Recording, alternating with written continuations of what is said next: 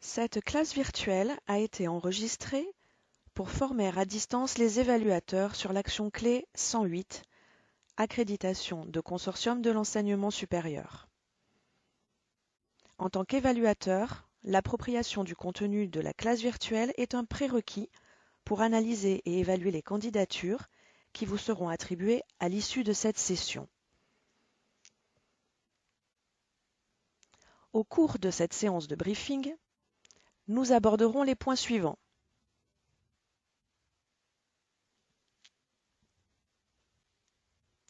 L'objectif principal est de vous faire connaître l'action accréditation de consortium de l'enseignement supérieur, les modalités d'évaluation et de sélection des candidatures.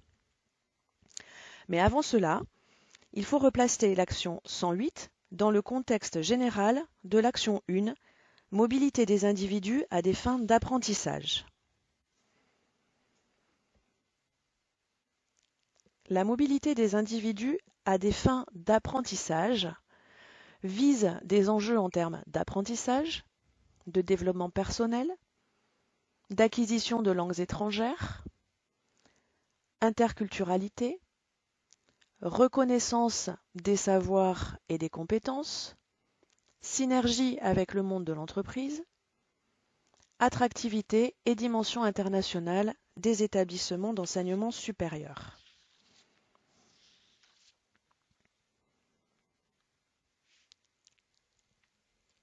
Au cours d'un projet de mobilité des individus, différentes étapes sont à respecter. La préparation du projet et des participants, la réalisation des mobilités, le suivi du projet et l'évaluation des activités, la reconnaissance académique, les diffusions des résultats du projet.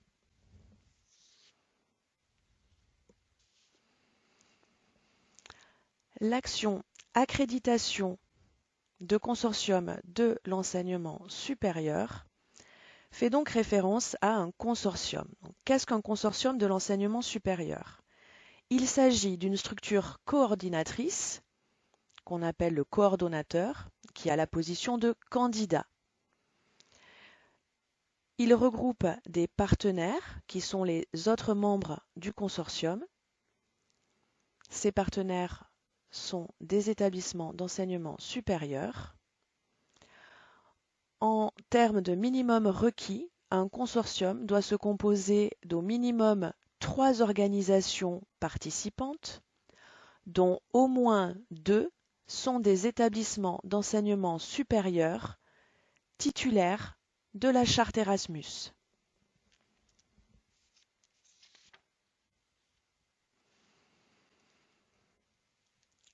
Alors, les consortia de l'enseignement supérieur en quelques chiffres.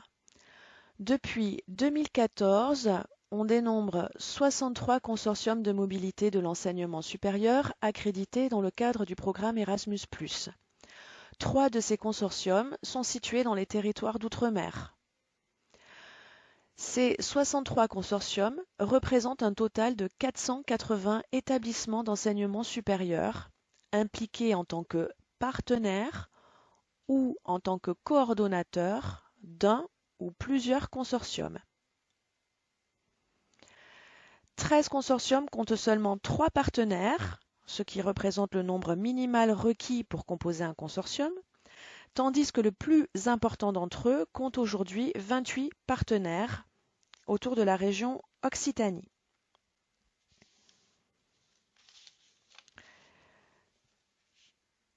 Les consortiums de l'enseignement supérieur répondent à différentes stratégies. On peut identifier 2 approches stratégiques. L'approche territoriale, représentée essentiellement par les consortiums portés par des régions ou par des GIP académiques, et une approche structurelle, représentée par les réseaux de grandes écoles. À ces 2 approches, on peut ajouter une logique de filières, les filières courtes qui représentent les BTS ou les filières longues, les filières thématiques comme tourisme, filière sanitaire et sociale, commerce, management, chimie, agronomie, paysage, etc. La valeur ajoutée d'un projet en consortium se situe au niveau d'une meilleure visibilité pour les établissements partenaires. Les consortiums représentent un outil de mutualisation pour la gestion des études, des stages, des mobilités des personnels. C'est en fait une gestion de projet moins lourde sur les plans administratifs et financiers. Et enfin, un projet en consortium permet la généralisation des bonnes pratiques entre les partenaires.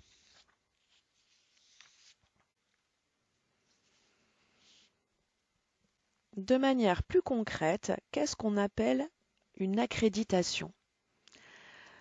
Alors, il s'agit d'une reconnaissance de la capacité financière et opérationnelle du consortium à organiser en commun des mobilités étudiantes ou de personnel. L'accréditation obtenue est valable jusqu'à l'appel à proposition 2020, donc il s'agit du dernier appel à proposition. Et une fois obtenue, elle permet au consortium de candidater aux mobilités de l'enseignement supérieur entre pays du programme, action clé 103, ou aux mobilités entre pays du programme et pays partenaires, action clé 107, mobilité internationale de crédit. Il est important de rappeler qu'en elle-même, l'accréditation ne permet pas d'obtenir de financement. Elle permet au candidat, le coordonnateur, une fois obtenu, de demander des financements dans le champ de l'enseignement supérieur au titre de plusieurs partenaires. À ce stade, en tant qu'évaluateur, votre rôle est bien d'évaluer la pertinence et la bonne organisation de la démarche partenariale, et non pas de vous interroger sur l'opportunité de telle ou telle mobilité dans le cadre des projets de mobilité. Cette approche sera abordée dans le cadre d'autres processus d'évaluation des projets de mobilité.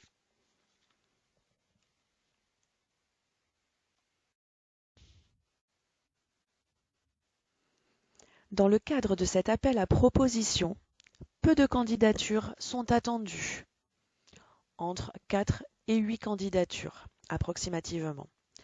Les raisons à cela: il s'agit de la dernière année de la programmation 2014-2020. Les accréditations obtenues cette année ne seront valables que pour cet appel à propositions. Deuxième raison, aucun renouvellement n'est requis car les accréditations obtenues en 2017 ont une durée de 4 appels consécutifs de manière à intégrer ce dernier appel à propositions. Tous les consortiums précédemment accrédités conservent donc la validité de leur accréditation.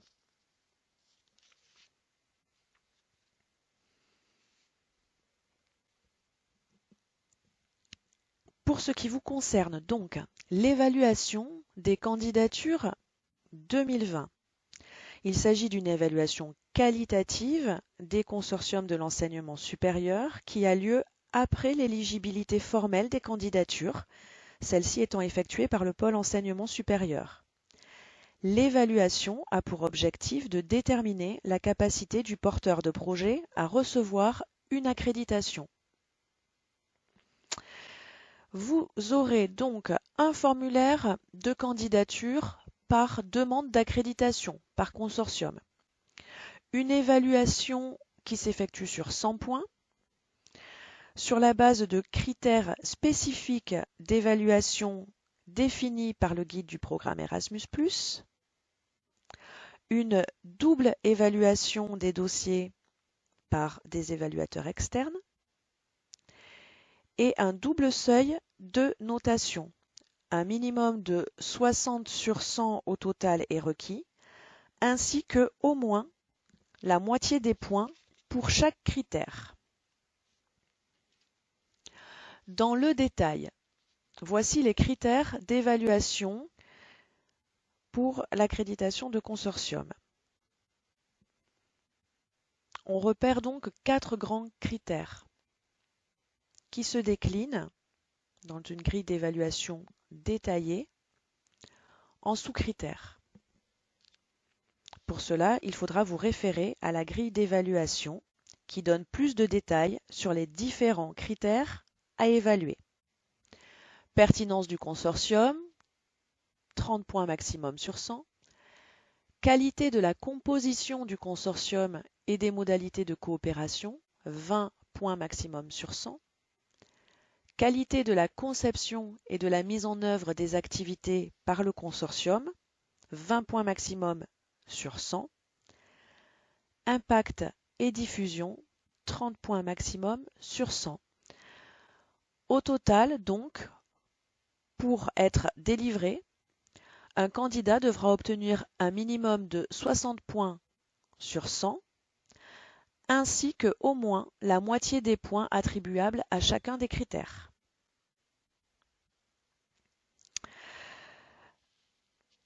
Les conseils que l'agence peut vous donner dans l'évaluation de ces candidatures, premièrement, on analyse la pertinence et l'organisation du consortium et non pas des projets de mobilité qui seront associés à ce consortium. Autre recommandation, lire plusieurs candidatures de manière à bien appréhender les écarts entre une bonne candidature et une candidature plus faible et fixer ainsi une ligne de niveau.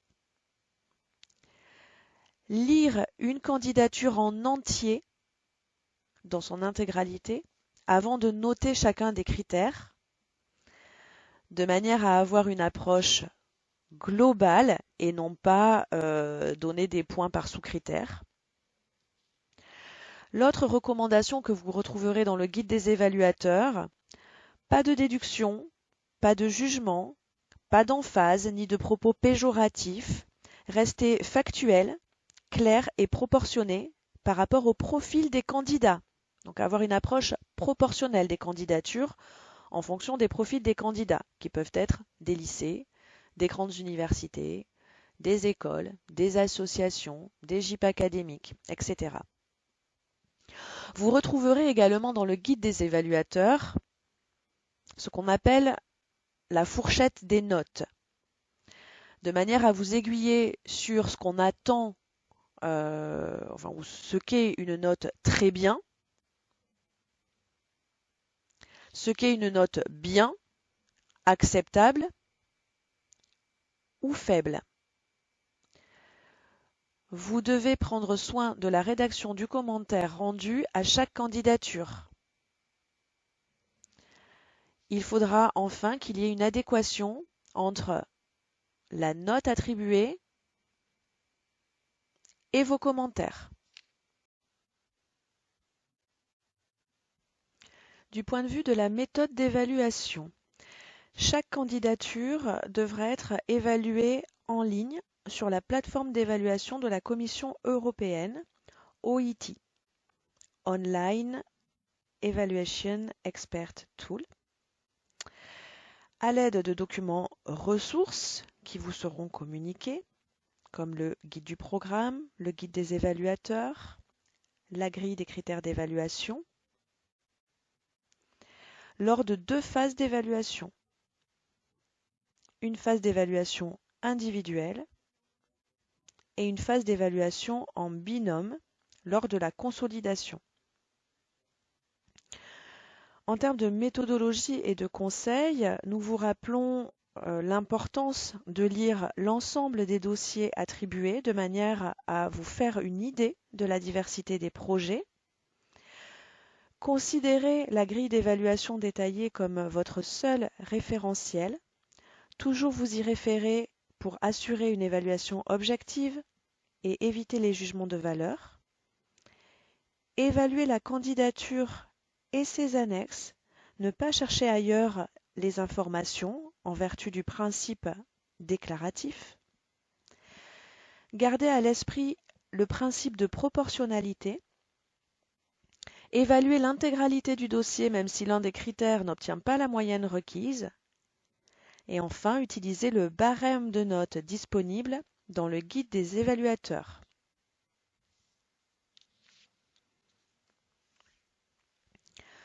Concernant donc les prochaines échéances pour vous, les évaluateurs, une phase d'évaluation individuelle suivie d'une phase d'évaluation consolidée. Pour l'agence, il s'agit dans un premier temps de vous attribuer vos dossiers, vos candidatures, le 18 février. Vous accompagner pendant la période d'évaluation individuelle. Animer la journée de consolidation, préparer le comité national d'évaluation qui se tiendra le 2 avril et qui permettra donc aux évaluateurs de proposer une liste de sélection basée sur vos évaluations.